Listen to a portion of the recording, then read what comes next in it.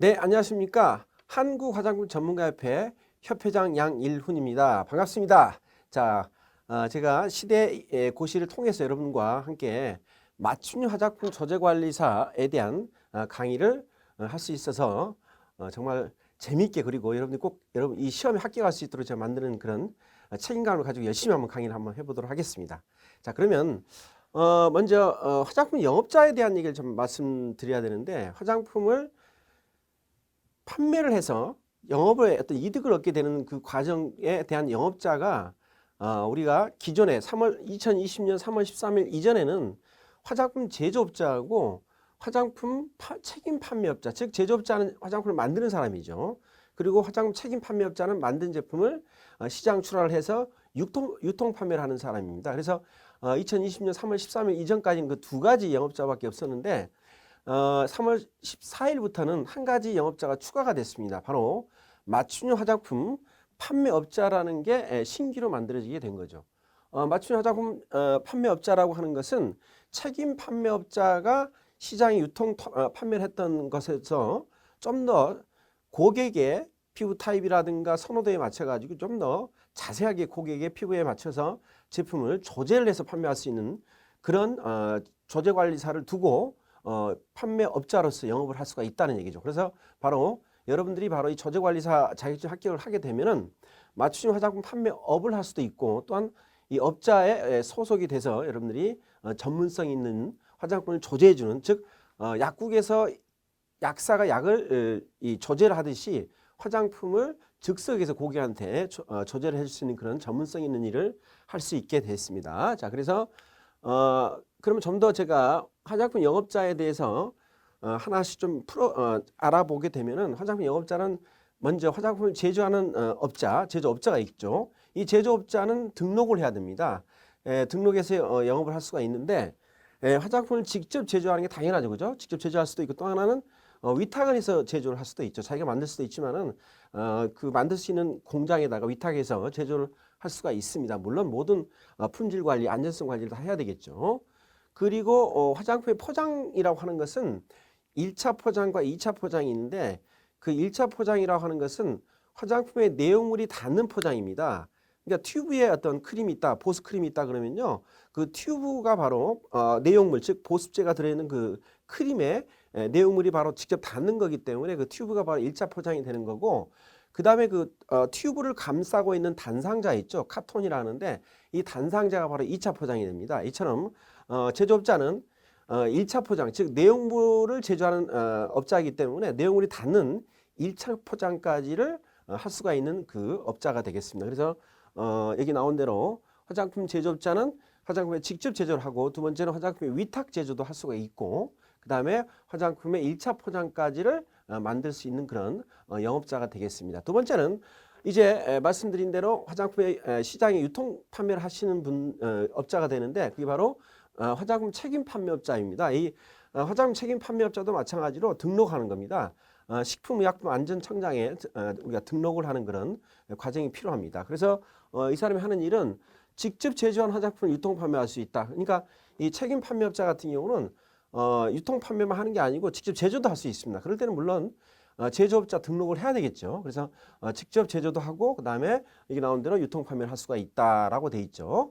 일반적으로 제조업자 같은 경우는 뭐 콜마라든가, 그죠? 코스맥스 같은 회사를 얘기하는 거고, 태평양 같은 경우는 자기들이 제품을 직접 제조도 하지만은 이것도 유통 판매를 하는 일도 하고 있죠, 그죠? 그렇기 때문에 그런 회사 같은 경우는 직접 제조한 화장품을 유통 판매한다, 이렇게 할 수도 있고, 마찬가지로 앞에서 우리가 제조업자가 위탁 제조할 수 있다 그랬죠. 그렇게 하듯이 위탁 제조한 화장품을 유통 판매할 수 있다. 그러니까 결국에는 화장품 책임 판매업자 하는 일은요, 이 유통 판매가 중요하죠.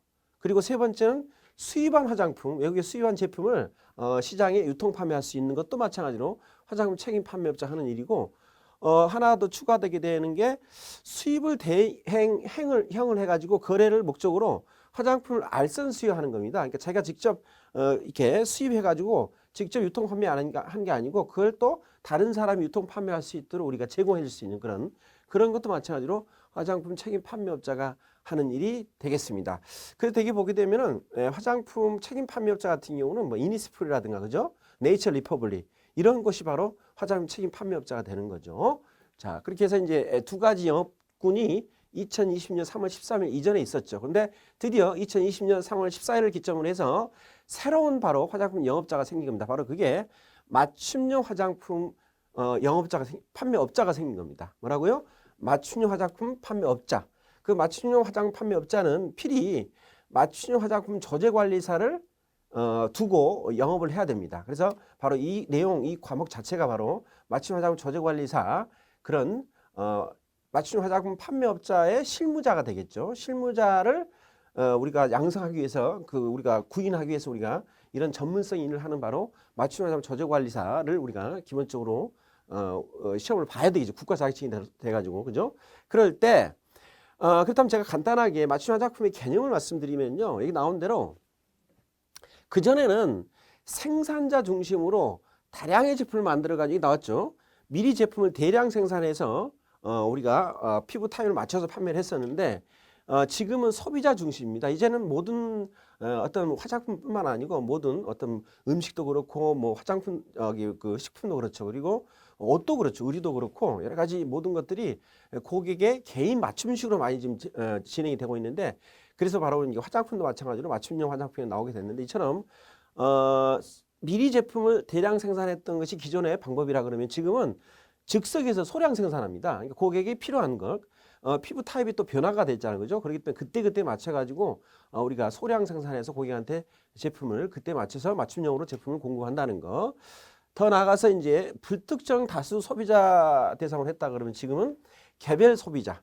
이제 앞으로는 모든 게 개별 소비자한테 맞춰서 좀 더 세밀하게 고객이 필요한 제품을 우리가 제공하는 그런 업이 이제 계속 발전하고 있죠. 그죠? 그렇기 때문에 우리가 빅데이터를 통해서 어떤 데이터를 통해 AI를 통해 가지고 좀 더 고객의 한 사람 한 사람한테 필요한 걸 제공해 주는 그 업이 분명히 앞으로 발전이 더 되게 돼 있죠. 그중에 하나가 평생 사용하는 바로 화장품을 맞춤형으로 우리가 제공할 수 있다라는 그런 직업군이 생긴 거죠.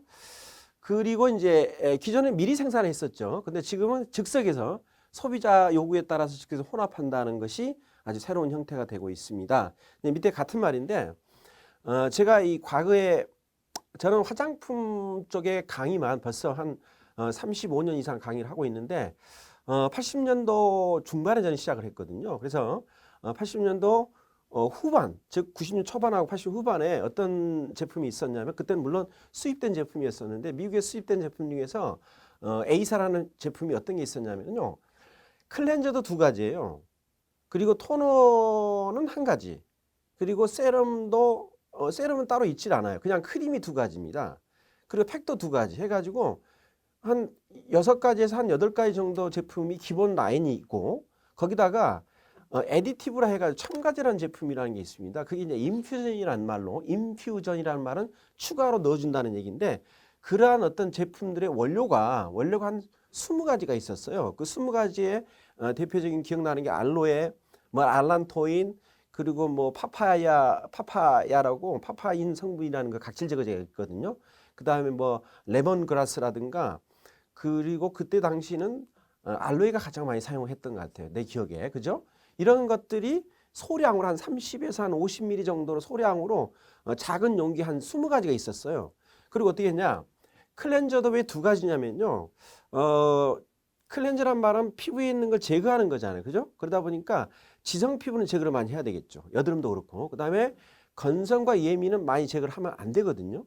그렇기 때문에 클렌징 제품은 그 기능적으로 얼굴에 있는 어떤 노폐물을 제거하는 거, 화장도 제거하고 그다음에 피지도 제거할 수 있는 제거력이 뛰어난 클렌징이 하나 있어야 되고 또 하나는 건성 예민은 너무 제거를 많이 하게 되면 피부가 더 땡기고 예민성이 되니까 제거를 좀 덜하는 그런 효과가 있는 클렌저를 그 두 가지가 있어요.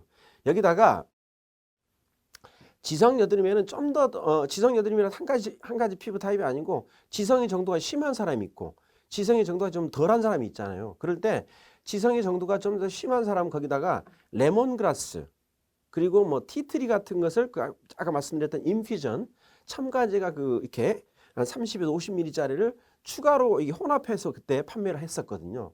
또 건성 같은 경우는 알로에라든가 알란토인 또 뒤에서 제가 화장 성분 얘기하겠지만 그러한 것들을 섞어가지고 건성 피부에다가 클렌징 제품에다 그걸 섞어서 판매를 했었습니다. 근데 그게 우리 한국에서는 불법이었어요. 왜? 완제품으로 나온 것은 그 당시는 보습이라 그러는데 보건복지부에서 이미 허가가 난 건데 이 혼합한 제품에 대해 가지고는 그건 허가가 난 게 아니잖아요. 그죠? 그건 그냥 에스테틱 전문 샵에서 그냥 알아서 피부 타입에 따라서 이 섞어서 판매를 한 거죠. 그랬는데 바로 섞어서 판매했던 게 불법이어 가지고 그게 우리나라에는 저는 처음에 그런 제품을 봤을 때 되게 좋았어요. 왜?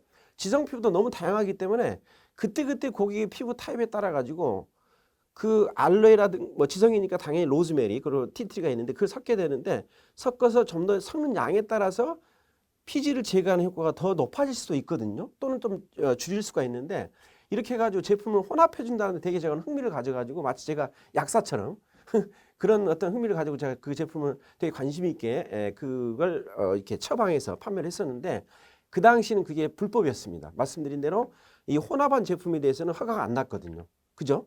근데 이제 드디어 2020년부터 3월 14일부터는 화장품의 내용물에다가 원료라는 게 아까 말씀드린 알로에라든가 또는 알란토인이라든가 로즈메리라든가 티트리 이런 것들을 혼합해가지고 각각의 피부 타입이 아까 말씀드린 대로 지성이라 해서 지성 피부 항상 똑같은 피지가 나오는 게 아니고 여성분들 같은 경우는 배란기가 되게 되면 좀 더 지루해지거든요. 그럴 때는 어때요?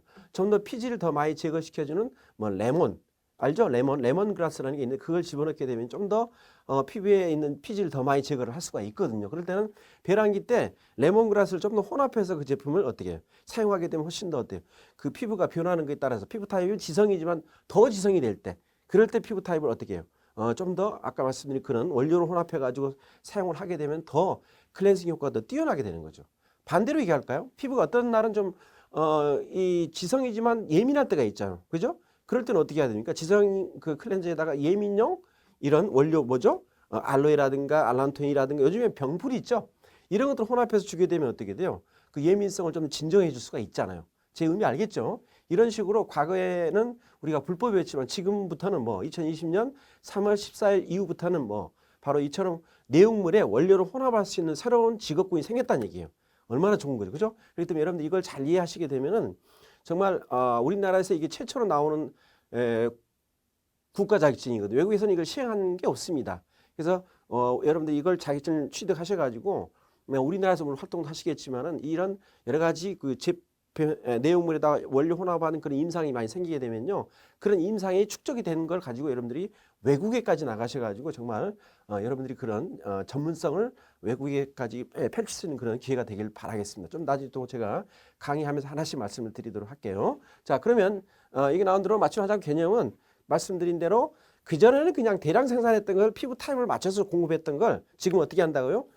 다양한 고객의 피부 타입에 변화되는 거. 그죠? 그리고 그 사람의 선호도에 따라서 그때그때 즉석에서 제품을 혼합해 준다는 거. 이걸 여러분들이 배운다는 건 정말 흥미로운 일이 되겠죠. 그죠? 또 전문성 있는 직업군이 된다는 걸 자부심을 갖고 이 강의를 들으시길 바라겠습니다. 자, 그러면 여기 나온 대로 맞춤 화장품의 추진 배경은 소비자 중심의 취지가 된 거죠. 그전에는 제품을 만든 생산자 중심의 화장품의 공급이 있었다면 지금 뭐라고요? 소비자 중심의 그런 화장품을 판매할 수 있는 그런 상황이 됐기 때문에 여기 나온 대로 개인의 가치가 강조되는 사회 문화적 환경 변화에 따라서 개인 맞춤형 상품 서비스를 통해 다양한 소비 욕구를 충족시키기 위해서 도입이 됐다. 보세요. 음식 처방 있죠. 음식 처방이라는 것은 그 사람마다 맞는 음식이 있죠. 그죠?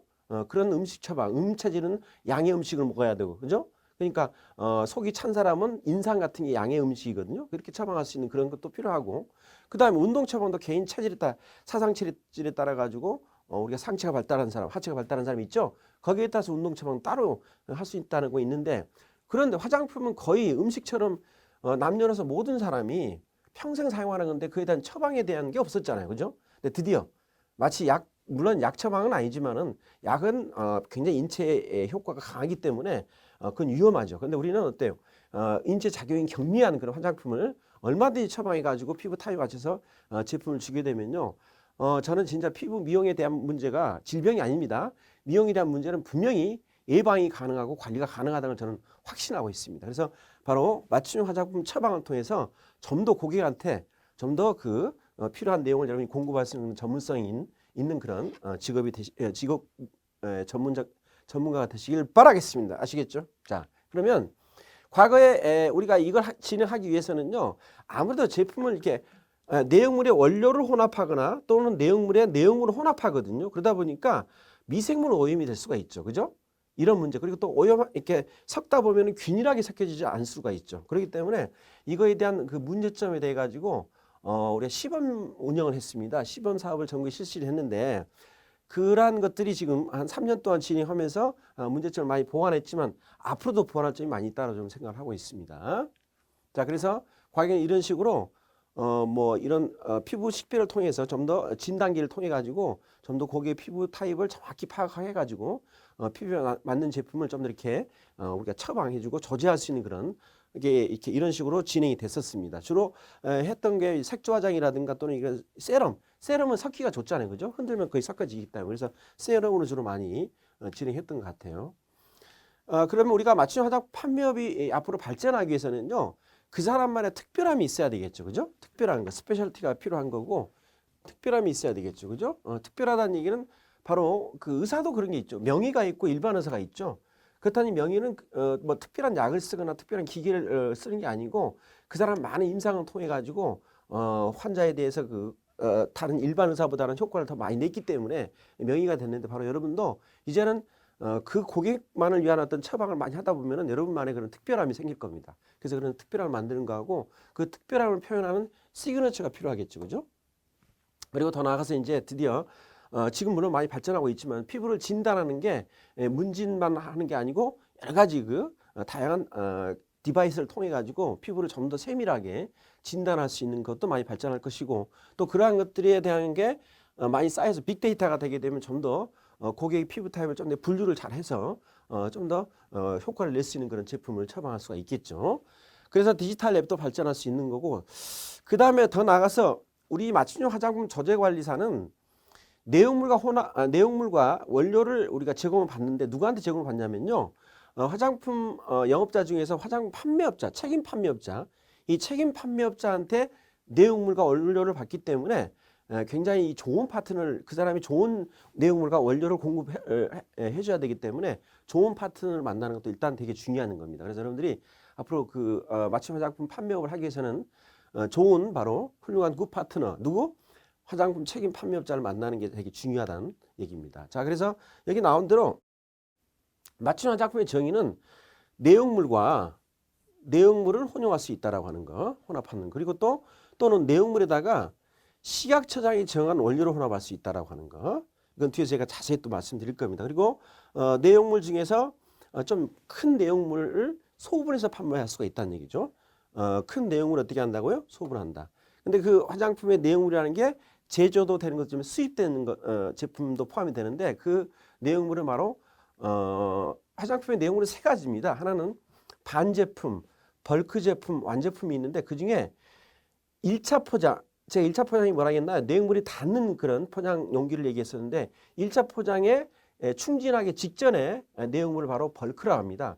그 벌크 제품이 바로 주로 내용물이 된다는 걸 참고로 알아두세요. 그래서 우리가 화장품 책임 판매업자한테 벌크 제품을 제공을 받아가지고 그걸 통해서 우리가 혼합이라든가 소분할 수가 있다는 거. 자, 그런데 맞춤 화장품 제외 대상은요. 화장 비누를 단순 소분하는 경우는 DIY에서 많이 하는 건데 이건 제외가 됐습니다. 이건 별로 그렇게 큰 어떤 그 전문 지식이 없다 하더라도 할 수 있기 때문에 화장 비누를 단순 소분은 그런 맞춤 화장 조제 관리사가 없어도 우리가 영업을 할 수 있다라는 거. 그리고 뭐 네일 아트라든가 미용실에서 네일 아트 같은 네일 색깔 있죠. 그리고 미용실에서 염색약 혼합하는 것도 마찬가지로 이건 맞춤 화장 조제 관리사 자격증이 없더라도 진행할 수가 있습니다.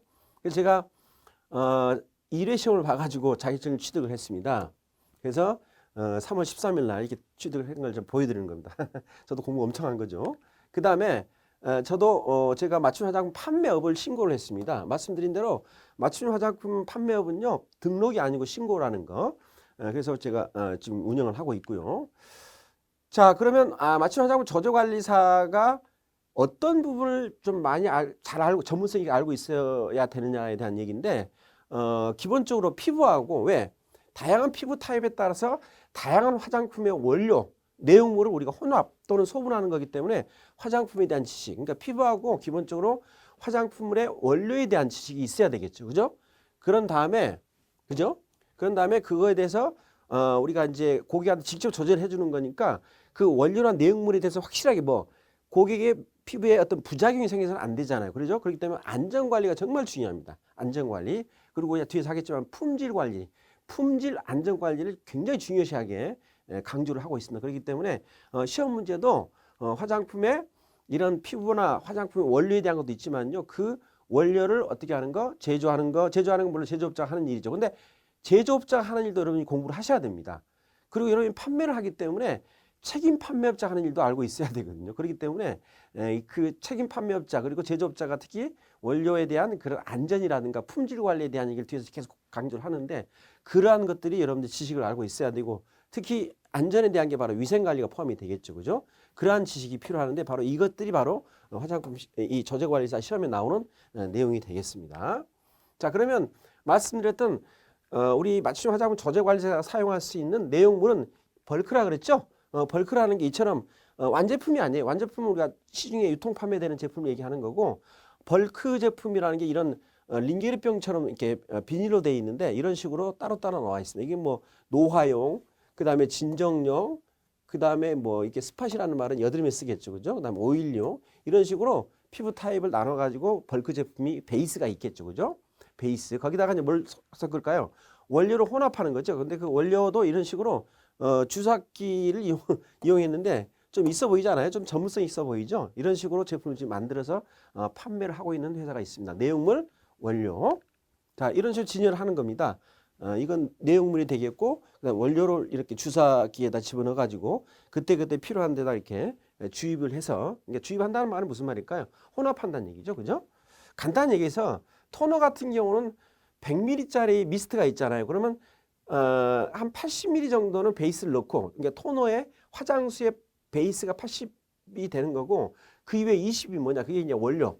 예민한 사람은 병풀, 알로에 이걸 집어넣는 거고 그 다음에 뭐 지성인 사람 같은 경우는 얘기했던 뭐 레몬그라스 같은 거죠. 이런 지성이 쓰는 그런 민트 같은 걸 집어넣어 가지고 혼용해서 우리가 뿌리는 겁니다. 이처럼 우리가 벌크 성분이 있고 내용물이죠. 그 다음에 뭐라고요? 이런 식으로 원료가 있다라고 하는 게 지금 시중에 지금 이렇게 판매가 되고 있습니다. 재밌겠죠, 그죠? 굉장히.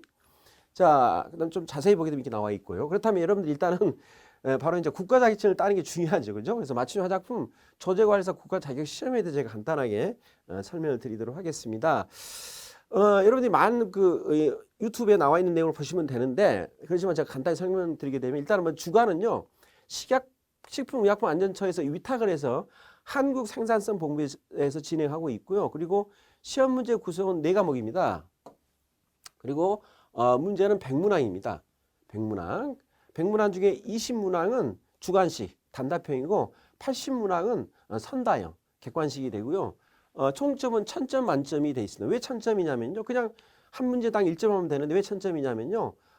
이 단답형이 성적의 비율이 높기 때문에 우리가 1000점으로 그 계산한 것 같아요. 그러니까 이렇게 객관식 같은 경우는 그냥 1점을 해도 되는데 이 선다형 같은 경우, 주관식 같은 경우는 1점이 넘어가잖아요. 그러다 보니까 그걸 계산하기 쉽게 100점이 아니고 1000점 만점으로 만든 것 같아요. 그리고 그래서 문제에 대한 그 점수에 대한 배점은 서로 다르겠죠. 그죠? 그 다음에 시험 시간 2시간입니다. 쉬는 시간이 없습니다. 그래서 화장실 미리 가야 됩니다. 2시간. 그리고 응시 자격이 제한이 없다라고 하는 거. 이게 참 다행이죠. 그죠? 누구나 볼 수 있는 그런 기회를 제공한다는 건데 합격 기준은요 600점. 즉 60% 이상 합격을 해야 되는데 과락이 있습니다. 과락은요 어떤 한 과목이 40% 이하, 40점 이하가 되면요 다른 게 80점, 90점이 되더라도 합격할 수가 없습니다. 그래서 과락이 있기 때문에 우리가 균일하게 시험을 잘 볼 수 있도록 해야 되겠죠. 자, 그러면 그 시험 과목에 대한 비율을 보게 되면요. 제가 4과목이라 그랬죠. 4과목에 화장법은 우리가 100점이고 2과목은 화장품 제조 및 품질 관리, 3과목은 유통 화장품 안전 관리고 4과목은 맞춤형 화장품의 이해거든요. 결국은 우리가 이걸 하기 위한 게 제일 중요한 거거든요. 근데 이걸 하는 것이 바로 1, 2, 3강 내용이 총괄적으로 모아진 게 4강이거든요. 그래서 문제에 대한 배점도 문제에 대한 그 숫자도 훨씬 더 4강이 가장 많습니다. 하나씩 보게 되면 화장품 법 1강이거든요. 이건 100점인데 선다형, 주관식이죠. 주관식이 7문항이 나오고 그 다음에 선다형은 주관식이 아니고 객관식이 되는 거고 단답형이 바로 이제 주관식이 되는데 그게 세 문제가 나오죠. 그리고 화장품 제조 및 품질 관리 이게 250점인데 선다형 뭐죠? 이건 객관식이죠. 그게 20문항이 되고 단답형이 5문항으로서 우리가 주관식이 되겠습니다. 근데 유통화장품 안전관리 3강 같은 경우는요. 이건 주관식이 없습니다. 단답형이 없고 전부 다 선다형으로 돼 있다는 게 특징입니다. 이유는 유통화장품 안전관리가 이렇게 주관식으로 내기에는 좀 문제가 좀 어렵기 때문에 전부 다 객관식인 바로 선다형으로 냈다라고 얘기를 하더라고요. 그죠? 그 다음에 마지막으로 맞춤 화장품 이해가 가장 많죠. 400점이고 그리고 선다형이 28문항이 되고 단답형 주관식이죠. 그게 12문항이 된다라고 하는 거. 그러니까 맞춤 화장품 이해가 아마 과락이 될 수 있는 가능성이 높은데 제가 공부를 해보니까 이 3강이 되게 좀 어렵다는 걸 제가 느꼈습니다. 그래서 여러분들이 4강은 나중에 1, 2, 3강을 열심히 하게 되면 4강을 저절로 알 수 있는 거기 때문에 우리가 1, 2, 3강을 여러분들 열심히 공부하는 게 필요하겠습니다. 자, 그러면 제가 하나씩 좀 풀어보게 되면은 자, 맞춤 화장품 조제관리사 국가자격증 시험은 4강, 4강으로 되어 있는데 그게 첫 번째 강의는 화장법에 대한 얘기입니다. 모든 우리가 하는 일이라는 게 법 테두리 안에서 이루어져야 되기 때문에 화장법을 먼저 이해를 해야 되겠죠. 그래서 화장법은 크게 두 가지, 법에 대한 거하고 두 번째는 개인정보보호법이 있습니다. 왜? 우리는 고객과 올 상담을 통해서 피부 타입이라든가 그죠? 그리고 그 사람의 여러 가지 정보를 우리가 보관을 해야 되기 때문에 그 개인정보를 잘 보호를 해야 되거든요. 그렇지 않으면 그게 노출이 되게 되면은 문제가 크게 발생되기 때문에 화장법에 의해서는 이해라고 하는 건 화장법하고 개인정보보호법에 대한 게 나와 있습니다. 시험 문제 비율은 개인정보보호법은 한두 문제는 꼭 나옵니다. 화장법에 대해서는 뭐 8에서 9문제가 나온다는 거. 두 번째는 우리가 제품을 제조를 해야 되겠죠. 그리고 그 제조된 걸 품질 관리를 잘해서 우리가 시장에 우리가 판매를 할 수 있도록 공급을 해야 되는데 이 제조 및 품질 관리 쪽에는 주로 제조업자가 하는 일이 많이 들어 있습니다. 제조업자가. 그럼 제조업자는 원료를 공급받아서 제품을 만들어야 되잖아. 그죠? 그렇기 때문에 화장품에 대한 원료에 대한 특성을 첫 번째 공부를 하게 되고 종류하고 특성을 공부하고 그다음에 화장품이 어떤 기능을 갖고 있고 그다음에 어떻게 품질 관리를 하는지 그리고 화장품에 사용할 수 있는 원료가 있고 사용할 수 없는 원료가 있는데 사용이 제한되는 원료가 있습니다. 사용이 제한된다라는 얘기는 배합 금지 원료 그리고 사용을 한다 하더라도 사용상의 제한, 배합 한도가 있는 그런 원료가 있거든요. 그거에 대한 강의를 또 제가 해드릴 것이고 그리고 화장품의 관리는 이제 그 화장품을 어떻게 사용하는지 여러 가지 사용하는 방법이라는 주의사항 같은 게 있거든요. 그런 게 화장품 관리에 포함이 되어 있는 거고 그리고 화장품에 우리가 사용하다가 부작용이 생기는 게 바로 유해 사례거든요. 그럴 때 그 유해 사례라는 것이 어떤 것이고 그거에 대해서 어떻게 보고를 하고 그다음에 그 유해 사례를 어떻게 하면 다시 재발을 방지할 수 있는가를 공부하는 게 바로 유해 사례 판단을 하고 보고하는 내용이 있습니다. 주로 2강은 화장품을 만들고 품질 관리하는 거, 만들어서 어떻게 하는 거, 품질 관리 그리고 어떤 위해성에 대해서 체크를 하는 겁니다. 그다음 3강은 이제 제품을 유통함이죠. 그러니까 유통할 때 그 안전 관리인데 그 안전 관리는 첫째 화장품에 대한 위생 관리는 세 군데입니다. 첫째 작업장이죠. 작업장. 일하는 장소, 그죠? 우리가 조제를 하기 위해서는 그 조제하는 장소가 있겠죠, 그죠? 그런 작업장 또는 제조업자 같은 경우는 제조하는 장소, 그죠? 그래서 작업장. 그다음 두 번째는 작업장에 사용되는 시설이나 기구에 대해서, 그죠? 그에 대한 위생 관리가 필요하겠죠. 그 다음에 그 일을 하는 작업자, 이 세 사람에 대한 거, 그러니까 작업자하고 설비 및 기구 관리에 대한 그 위생 관리가 되게 중요하고. 그 다음에 여기서 앞에서 물론 원료에 대한 얘기를 했지만은요. 다시 한번 내용물하고 원료 관리에 대한 얘기를 하고 그리고 그걸 어떻게 포장을 해서 어떻게 포장해서 출하를 하는지에 대한 얘기를 바로 3장에서 진행을 하고 있습니다. 그래서 1장과 2장과 3장에서 나온 내용, 특히 2장과 3장에 나온 내용을 바로 우리가 맞춤 화장품에서 이제 제품을 만드는 거죠. 그죠? 만들고 어떻게 한다? 유통 판매하게끔 우리가 이제 여러 가지 포장에 대한 거, 표시에 대한 걸 기재해서 판매를 하는 거죠. 그래서 우리가 기본적으로 2장과 3장이 기본적인 어떤 기술적인 얘기가 많이 나오는 거고 1장은 그런 기술적인 내용이 바로 이런 법적인 테두리 안에 있어야 된다. 그 다음에 어떻게 한다? 그게 바로 맞춤형 화장품에 적용한다는 얘기입니다. 아시겠어요? 그래서 우리가 1장은 가장 기본적인 법에 대한 얘기고 2강은 어떤 거? 2강은 바로 화장품을 만드는 거니까 주로 제조업자가 하는 일에 대해서 나옵니다. 그 다음에 3강 같은 경우는 유통시키는 거니까 책임 판매업자가 하는 일에 대해서 좀 나와요. 그 두 개를 다 알고 누가? 바로 맞춤형 화장품을 판매업자 그리고 맞춤형 화장품 저제관리사는 그 제조업자하고 책임 판매업자 하는 일 다 알고 우리가 우리 일을 해야 되기 때문에 이 4강은 1, 2, 3강을 다 이렇게 묶어가지고 맞춤형 화장품 쪽으로만 연결해서 우리가 나온 내용입니다. 이게. 자, 그래서 1, 2, 3, 4강으로 돼 있다라고 하는 거. 자, 그러면 간단하게 제가 정리를 또 해드리면요. 맞춤형 화장품 판매업을 하기 위해서는 먼저 누가 필요하다고요? 맞춤형 화장품 저제관리사라는 국가 자격증을 딴 사람이 필요하겠죠. 그 맞춤형 화장품 저제관리사는 어떤 지식이 있어야 한다고요? 첫째, 피부. 고객의 피부에 대한 거, 피부 타입을 알아야 되고 고객에 대한 선호도를 알아야 되잖아요. 그죠? 이게 피부 타입에 대한 지식이 있어야 되겠죠. 두 번째는 화장품에 대해 어떻게 해요? 화장품 내용물과 원료를 어떻게 한다겠죠? 혼합하거나 소분한다 그랬죠. 그러니까 어때요? 내용물과 원료에 대한 특성을 알고 있어야 되겠죠. 그렇잖아요? 그런 다음에 어때? 그걸 조제해가지고 이제 판매를 해야 되겠죠. 판매할 때 어떻게 조제를 하는지 그리고 어떻게 혼합해서 어떻게 이렇게 혼용을 하는지에 대해서 나오는 그런 방법이 이제 나오겠죠. 그래서 이런 식으로 조제를 하는 장소, 작업장이죠. 그 다음 뭐 작업장과 작업에 대한 설비와 시설에 대한 위생관리 그리고 나의 위생관리가 필요하겠죠. 그런 다음에 제품을 어떻게 하는 거? 내용물에다가 원료를 혼합하거나 또는 뭐 내용물을 혼합하는 그런 조제하는 일을 알아야 되겠죠. 그죠? 그런 다음에 이제 우리가 법적으로 맞춤 화장품 판매업을 신고를 신고를 하고 나서 신고 필증을 받아야 되고 그런 다음에 또 어때요? 영업을 하면서 고객에 대해서 어때요? 피부 타입을 체크를 하고 그리고 화장품을 조제해 주면서 그걸 관능 검사도 해야 되고 선호도를 체크해 가지고 그런 다음에 여러 가지 개인정보법의 보호법 아래서 고객에 대한 정보를 여러분들이 안전하게 관리를 잘 해야 됩니다. 근데 이러한 부분을 하고 나서 그다음에 만일에 법적으로 문제가 있다 그러면 어때요? 여러분들이 행정처벌을 받아야 되겠죠. 이런 흐름을 통해서 여러분들이 맞춤 화장품 판매업이 진행이 된다는 아시고 제가 그에 대한 내용을 하나씩 제가 체크를 해드리게 되면요. 보세요. 맞춤 화장품 저제관리사는 첫째 지식적으로 법을 알아야 되겠죠. 화장품법하고 개인정보보호법을 알아야 되겠죠. 그죠? 물론 여기 또 나오지만은 그 다음에 피부나 모발, 화장품 원료, 그쵸? 내가 사용하는 원료라든가 그리고 내용물을 알아야 되겠죠. 그 다음에 그걸 어떻게 안전하게 그리고 관리를 해야 되는지 그리고 품질 관리를 해야 되는지 하는 그런 것도 알고 있어야 되고 그 다음에 개인적 위생이 바로 여러 가지 필요하겠죠. 개인 위생.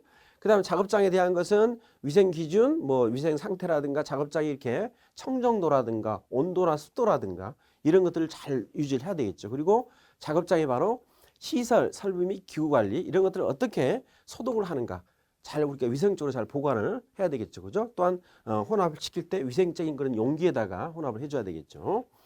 그리고 재료 내용물에 대해서는 우리가 이걸 어떻게 책임 판매업자한테 내용물을 받아가지고 입고를 하고 그 다음에 어떻게 보관하고 그 다음에 그걸 어떻게 제조를 한 다음에 제품을 만들어 가지고 출하를 하는지 그거에 대해서 이제 알 수 있어야 되고 또 그러다 보니까 제품에 대한 유통기한도 알고 있어야 되겠죠. 그 다음에 필요 없는 건 이제 폐기를 할 때는 폐기 기준도 알아야 되고 그러면서 우리가 안전관리에 대한 기준을 알고 있어야 되겠고요. 그리고 이제 영업을 하기 위해서 즉 맞춤형 화장품 판매업을 하기 위해서 뭐가 필요하다고요? 신고한다 그랬죠. 화장품 제조업자라든가 책임 판매업자는 등록을 하지만은요. 맞춤형 화장품 판매업자는 신고를 합니다. 아시겠죠? 그러니까 신고 서류에 대한 거 그리고 신고를 했던 걸 변경하는 경우 뭐 상호 변경이라든가 소재지 변경 같은 변경 신고하는 거 그리고 이제 판매하기 위해서 고객 상담, 제품 상담 어떻게 충진하고 포장하고 표시 기재하는지 그리고 재고 관리 어떻게 하는지 또 위에 화장품 부작용이 생긴 화장품 어떻게 판단하고 회수를 하는지 그죠? 그거에 대한 것도 알고 있어야 되고 그 다음에 이러한 것들을 일련의 모든 영업행위에서 불법인 게 바로 경미한 게 있고 그 다음에 중대한 게 있는데 경미한 것은 행정처분을 받는다는 거. 그 다음에 과태료 처분을 받는다는 거. 그 다음에 좀 중요한 것은 어떤 거냐면요. 벌금 또는 징역을 삽니다. 징역형이 있습니다. 이런 식으로 법에 대한 얘기를 처벌에 대한 법을 규정을 또 알고 있어야 되겠죠. 이렇게 해가지고 바로 맞춤 화장품 조제관리사 국가자격증을 딸 수 있도록 제가 앞으로 한 60강 정도를 우리 시대고시를 통해서 제가 강의를 해드릴 테니까 이 과정을 통해서 여러분들이 화장품에 대한 전문 지식과 그리고 피부에 대한 전문 지식 더 나아가서 여러분들이 좀 더 화장품 판매를 잘할 수 있는 그런 걸 제가 강의 중간중간에 추가해서 말씀드리도록 하겠습니다. 힘을 내시고 분명히 제 과정을 열심히 하시게 되면요, 당연히 저자과에서 국가자격증 딸 수가 있습니다. 화이팅!